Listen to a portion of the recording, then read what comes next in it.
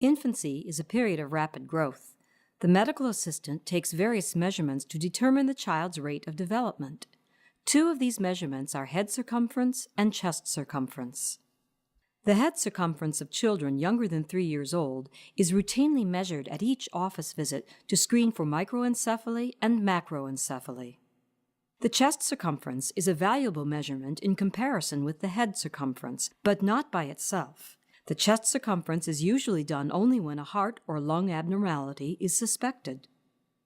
Between 6 months and 2 years of age, the chest and head circumference measurements are about the same.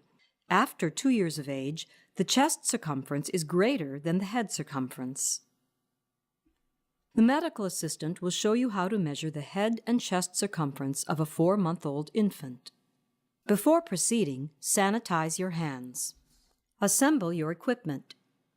A pediatric circumference band can be used for the measurement or a flexible tape measure. The medical assistant will show you how to use both of these devices.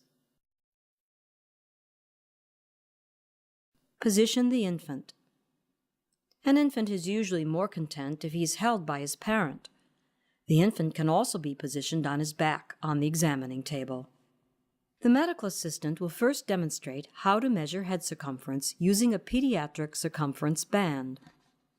As you can see, the top of the measuring band is calibrated in inches. These calibrations are farther apart. The bottom of the measuring band is calibrated in centimeters. These calibrations are closer together.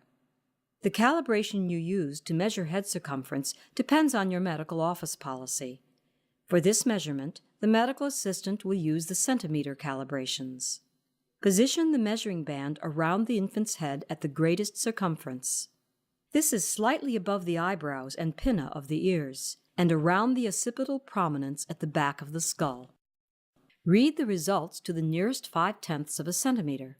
Be sure to read the results at the read mark on the measuring device, otherwise your measurement will be inaccurate. Jonathan's head circumference measures 43.5 centimeters. Jot down this value or make a mental note of it.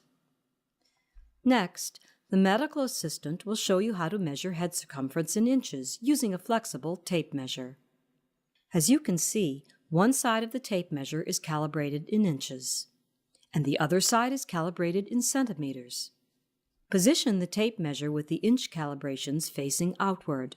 Position the tape measure around the infant's head at the greatest circumference. Read the results on the tape measure to the nearest 1/4 of an inch. Be sure to read the results at the 0 mark on the measuring device, otherwise your measurement will be inaccurate.